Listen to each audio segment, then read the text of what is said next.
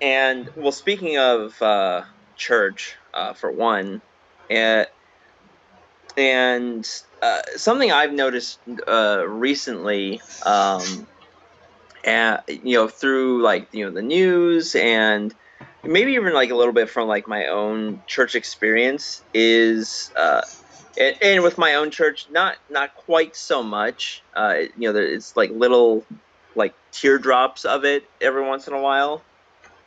But I've noticed how there's been a lot more churches that have become somewhat political,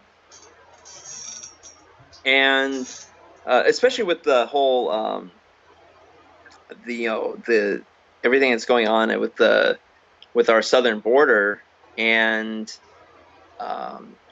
for one thing, like I would have, if the church was just like, we hear the stories, and we want to send care packages like food or supplies just to kind of help out, and it's like, if that was something that like the churches were doing, not necessarily making a statement here or there, but just kind of trying to help out, and which I think would be a very Christian thing to do. I have no problem with that. That'd be one thing. But they are specifically taking not only a stance against like the president, but more of like the whole situation, and where how kind of taking a shit on the United States, and all the kind of all the typical like lefty type of political like aspects. And now it doesn't matter if a church is either liberal or conservative. It doesn't matter. But church itself should not be to me, should not be a place where politics plays a part.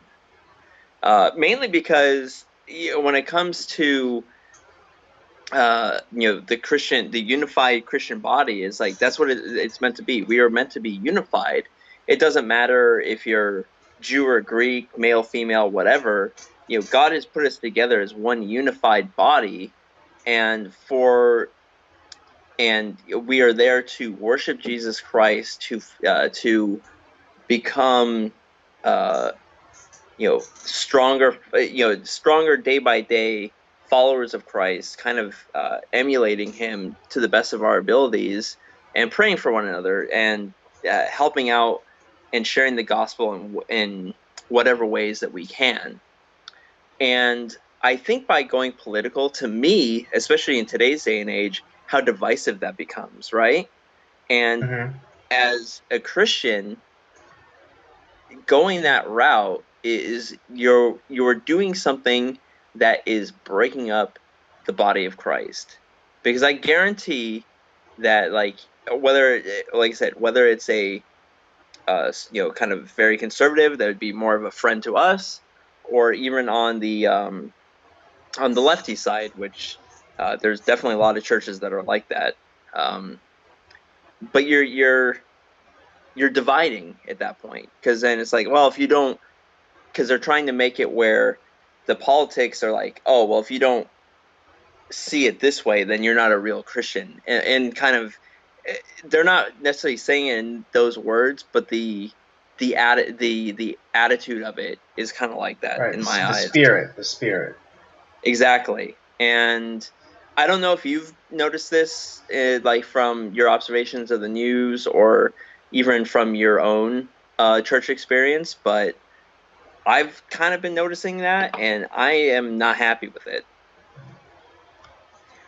Yeah, I mean, just the other day, I was watching the news, and a church here, in the valley, they kind of set themselves up as a sanctuary, because, as you know, this past Sunday,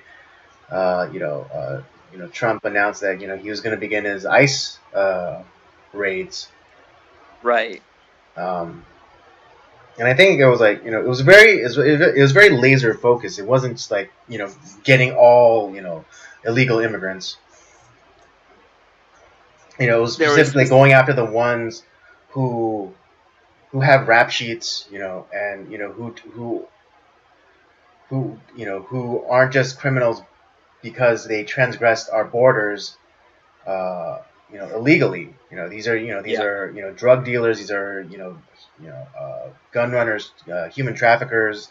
The MS-13 types, right. Yeah. right? And it's amazing that the media has gone to the lengths it has to skew, you know, what they're actually intending to do, because put aside the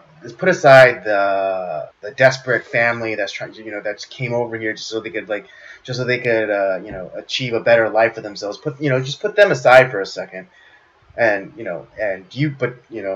are you saying that you're gonna allow like hardened criminals, like people with records, people who have done monstrous things, I dare say, unchristlike things to their fellow man? Yeah, I mean, easily. yeah, just and that's saying, and that's putting a sugar coating around it. Um,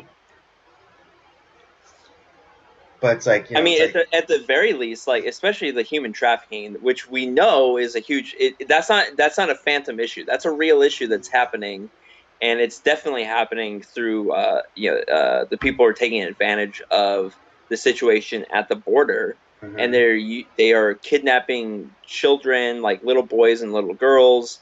They're kidnapping women to create these faux families that don't exist mm-hmm, just for sure maybe it is for the to solely for economic reasons, but mm-hmm. it's still human trafficking either way, Right, exactly. whether it's for sex slavery, just kind of chattel slavery, Or whatever it or is. yeah, or like just It's being mules, being drug mules. Yeah, right, but that's exactly what's going on, and that to me is one of obviously that as a that would be the Christian issue that Christians should worry about even more so than this. And by actually having some backbone and guarding our border, this is to me this is the one thing that Trump gets almost zero credit for. That he, over all of his policies, this is the one thing where I feel like he's actually made a difference is cutting down on the human trafficking stuff that's going on through that. Mm-hmm. Yeah, absolutely. And like these cries about like, oh, families are being separated, families are being separated. It's like, well, when people, when U.S. citizens, break laws and they're sent to prison, their families are broken up. You're not calling for those families to be reunited. Would that be something if like one person from your family committed a crime and you all had to go to jail? Yeah, right. Like whether it was the parent or whether it was the parent or the child, regardless. Like if you mess up, then your entire immediate family has to go to jail with you. It's like that doesn't happen because obviously we have a system in place where we only prosecute the alleged or like the offending party and not like the totality of like their lineage. Right. But So like these it's cries about children being separated, it's like, well, what do you want us to do? We don't even know if these children are actually these people's children. And they're like, oh, there's like, well, these people, these kids are being separated from their parents, and sometimes they're being sent back with, and like they're being lost in the system. It's like, well, who told these parents to bring their kids? Like in the late, like in the like 90s and like early 2000s, it was just single men, traversing the border to make money in the states and to send it back to Mexico. But then someone, it got out somehow. It's like, oh, if you come with a family, if you come with children, then you're more likely to get asylum or whatever kind of protected state. So like now there's this influx of either families or quote unquote families, and so it's like we don't know the difference. We can't we how are we supposed to deal with the influx of like of that something like that. the well, what people a lot of people forget is that I think it was back in like 2013, 2014, is that Obama like it was giving a speech about how it's like do not come to the border. We we will. It's kind of like he didn't do anything about it, but like his speech is exactly what Trump is saying and Trump is actually doing now. Hmm. Uh, Right, and that's another thing where they're everyone, they're getting mad. They're trying to shift the blame onto Trump, but the you know the like the zero tolerance policy, or or apprehension at the border or whatever. They're getting mad at him as though he made up these rules. It's like, but they're not. These are the rules that are on the books for quite a long time, at least for 20 years. But no one has bothered to change them or amend them or whatever. And so now right. the entire load is being dropped onto Trump.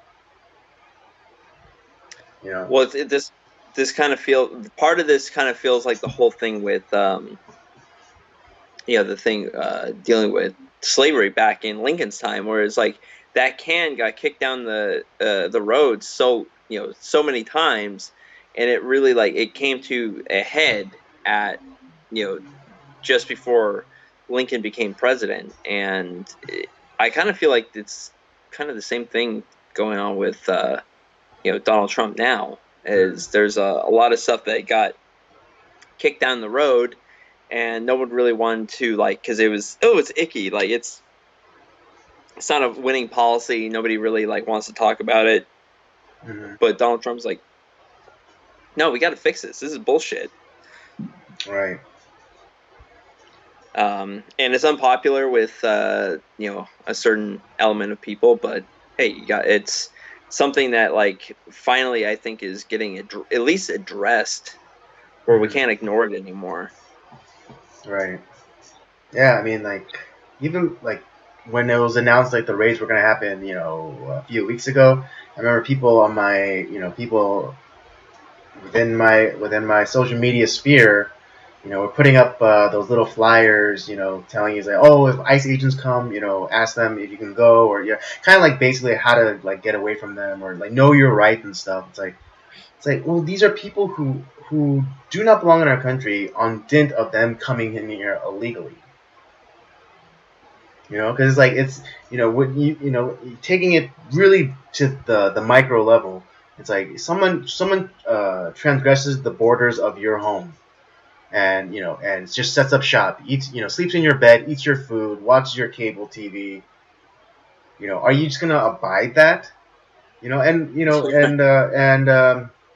What if they're an unsafe? What if they're as Trump put it, some bad hombres? And they start hurting your family members. It's like, do you still Yeah, then just like do you still do nothing and just let it happen? I would hope not. So why would you allow it to happen to our country? true. Yeah, I mean, if But you like, okay, like, yes, if a liberal or leftist, whatever, can tell me that they would allow someone to just enter their home, set up shop, and have roughshod over how things are run in their house. Pedro says like, hey, like you only got the one ply toilet paper. Why don't you give me the why don't you splurge a little bit and get the two ply? yeah. Yeah. Yeah, Well, would you abide that? Would you abide that? wasn't that I'm trying to think of who this was that did this, but was it Laura Loomer who went to Nancy Pelosi's like her house and was like, "Oh, I thought fences were bad. Like I thought we could just come in. Like you said that like borders and doors and Yeah, fences yeah, were bad." that was Loomer. It's like but yeah, it's exactly what you're saying. It's like, well, yeah, oh, but you said that these things were bad. Like so I should be able to like we should she brought like people with her. It's like, oh, I thought we could go in. Like I thought this was like my house too. Right? Yeah, exactly. This is the Dark Knight Rises. This is the Bane. This is Bane's revolution.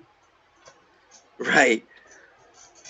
But but back to my original point is like all these type of things, like this shouldn't be something that is discussed within church, because all of this, like, sure, it doesn't matter like if you're a lefty or a conservative or a liberal, whatever, wherever you fall on the political spectrum, is like this is stuff that to me is highly inappropriate to talk about at church. Um, Obviously, like, things like, praying against like human trafficking or abortion or some of those things, like, yeah, we should definitely pray about those things. But as far as jumping into the political spectrum and all this stuff, uh, yeah, I'm real uncomfortable with all that.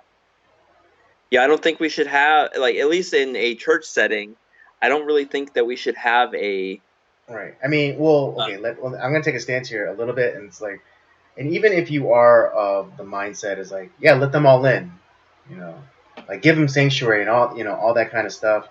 It's like, well, if you're, if you are allowing for, these transgressions against, man's law, then why, then would you have a similar attitude toward, God's law? Honor thy father and mother. Oh, whatever, it doesn't matter. Thou shalt not kill. Go ahead. Go crazy. What's the difference? yeah, exactly. I mean, because if you really, if we are to believe, the word, that, God, well, he allows for certain leaders and rulers to, good or bad, to run, these countries, because he could easily, like, change things, sure, Mm-hmm. but he has allowed these people, whether good or bad, to, for, you know whatever his plan or will is, we obviously don't know the whole picture, um, but if he has put these people in place, and you are, and obviously there's a certain time where if human laws are trying to circumvent God's laws, and we would, as Christians, we would believe that God's laws are higher than, the law of the land. And sure, if those two things do not mesh, we yes, we are to follow God's law, but there is still consequence for that. There's a possibility, but that through following God's law, we may be killed, Yeah. um, or jailed or whatever, by following God's law. That's a possibility, but we still, um, but like I said, there's consequences to that, like, either way. But Mm-hmm. the fact that, like, that people are so willing to just, oh, well, we're gonna break this law, and, nothing should come of it. No one should get, there shouldn't be any repercussions. It's like, well, that's not how, that's not how the world works, and B, that's not how God works. And it's like there's always consequences to that type of stuff. And I'm just like, I'm upset because I don't. To me, all this stuff feels very divisive within the church body. Mm-hmm. Um, and there's well, hell, there was even, like, about a month ago or so, and it's probably still going on. But, I heard a lot about this past, like, about a month ago, was how they're trying to, you know, or change history and to make Christ look like this, socialist, communist type of, leader, with how he did things. Like, that was never. That's completely false. I think this is, Right. I mean, yeah, because they're like, oh, he fed the poor. Yeah, like, but he did, and he gave away. He didn't have any possessions and da da da da. It's like, yeah, but yeah, how the early church got started is people voluntarily, sold their possessions. They voluntarily gave a portion of what they made to the early church, so that they could then, like, support other people, because they knew that, you know, that their brother or sister would eventually then, kind of pay forward kind of thing. Right, exactly. Because one of the famous there's two passages in Acts. It happened. Well, it was talked about on two separate occasions, but I'm pretty sure it happened more than this. Hmm. Is that during the big feast in Israel at the time, in Jerusalem, is that was where like a lot of the Jews came to gather together, and this is right around the time that everything that happened with Christ, and the Holy Spirit had come down, and God was speaking through the apostles and to whoever, and to a lot of different people, and so believers, they willingly, like, sold their home, some of their property. They sold whatever they could so that they could donate, whether it be like giving up their house, giving up like some of their profit or proceeds, so that Hmm. people could come and stay longer to hear the gospel and to be changed forever. Hmm. Hmm. Um, and that was the point, but it was voluntarily done. It was God was working within them, and to give them that spirit of charity, Right. It wasn't. Yeah. It not wasn't having a the. gun held to the head, where if like, because you look at not having, it's like, well, if you don't do this, you're a bad Christian and you're gonna die. Right.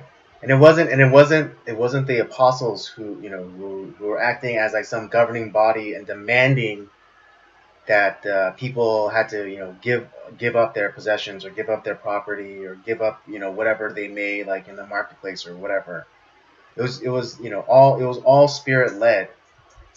You know. Right, and well, and here's one to kind of also go to that point as well, and it's kind of it's a definitely a harsh example, but it kind of speaks to this point, is the story of Ananias and Sapphira in, I believe it was, I want to say it was like Acts 5, I believe. I could Right. be remembering that wrong. I know it's in Acts, but the story of Yeah. Ananias and Sapphira, where they were in essence lying to the apostles and to God, about how much, like, they said that they sold everything, yet they only gave a part of the proceeds and said that they gave everything, and so Right. they were technically lying, and Hmm. Peter talks to him. It's like, it didn't matter how much you gave us. It's but the fact that you could have Right. given Yeah. us And a it was small, like the or scene.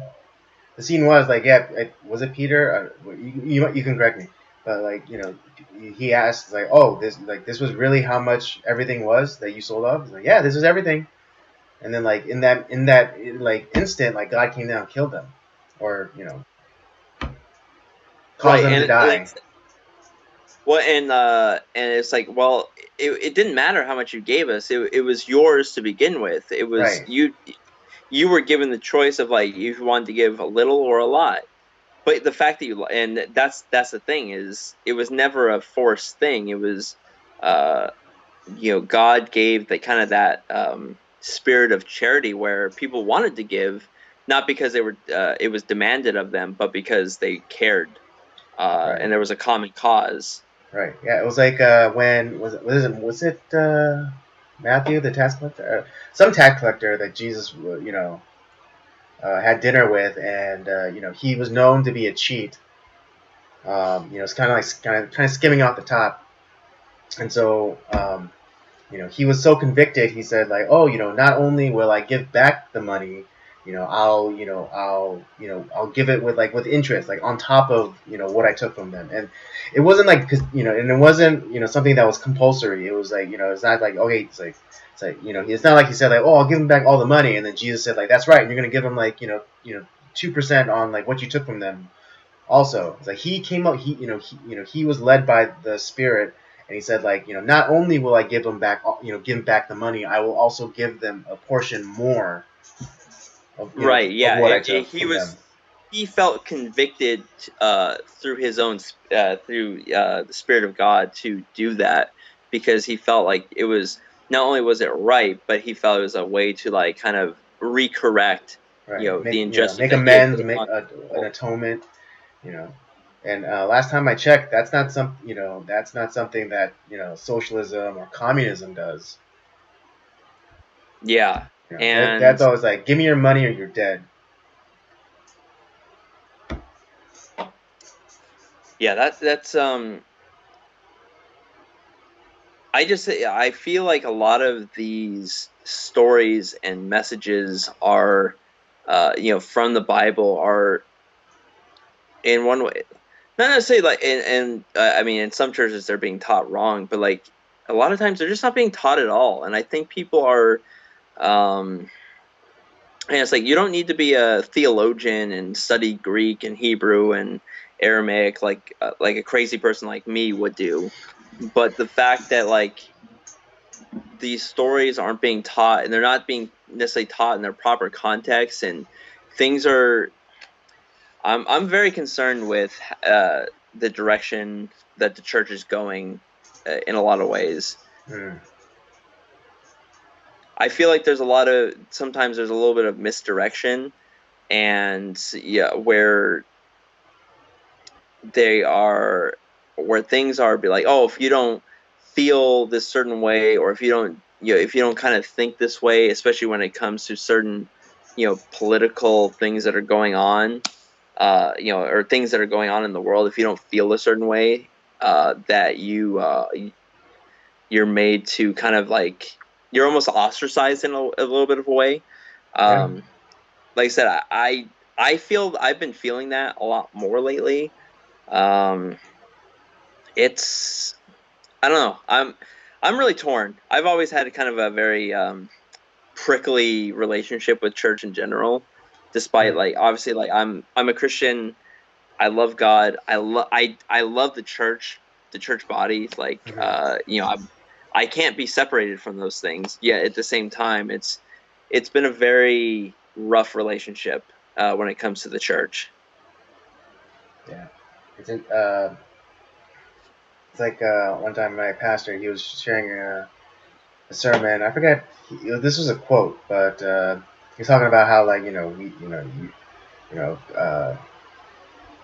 Jesus is the groom and the church is the bride. And for a lot of people, it's like, hey Jesus, I love you, but I hate your wife. Yeah, yeah, yeah. That's a great way to put it. Yeah, Take my wife, please. yeah, please. Yeah.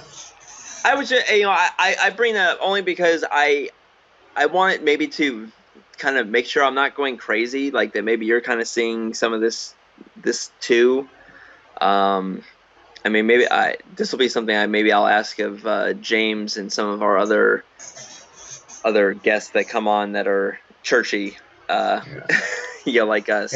No, I mean, I think the church has been made to bend, uh, even before this whole like migrant situation. And I'm thinking about this one specific church in West Hollywood, where if you're unaware of what the reputation of West Hollywood, it's Gay Town, USA. Yeah. It's Gay Town, USA, and there's it's and you and it's kind of odd, but there's a church there, Oh, be and nice. and and there's your Simpsons reference for the Oh, episode. the day. Yeah, Yeah. the episode. If you, We anyways, should have like a little like thing that goes like woo Simpsons reference. It's like anyways, yes, there's a church in West Hollywood, and they fly the rainbow flag. I have a huge problem with that. What was that? I have a huge problem with that. That's Yeah, ridiculous. I mean, No, especially when there's explicit passages within the Bible that says homosexuality is a sin. and I'm not saying that doesn't mean that I don't want like people who are gay to come to church. Like that's not what I'm saying. It would be almost as ridiculous as celebrating like woo adultery, yeah, or Yeah. or Oh, it's funny. I made this. murder, yeah. I made this comparison a long time ago. but but it was about it was about like drugstores that sold cigarettes. And I said like yeah, it would be like churches that had that gave out condoms in the bathroom. Yeah, pretty much. Hmm. So yeah, it's kind of a mixed messages. And yeah, like a lot of like, especially like churches, like specifically churches that also double as like event spaces. On their website, I forget. My cousin was getting married, and she said like, yeah, there's this church that we were looking at, but it said on their website that they do gay wedding ceremonies, and it's like a church, like they have Sunday like services and things like that. And it's like so, it's like the church in a way has been kind of been made to bend, but now it's just now, but because of that initial bend to like homosexuality, it's now allowing for like these like I guess maybe like false doctrines, or these kind of like yeah these false doctrines to kind of seep in and kind of taint um, the church even further. Right. And that's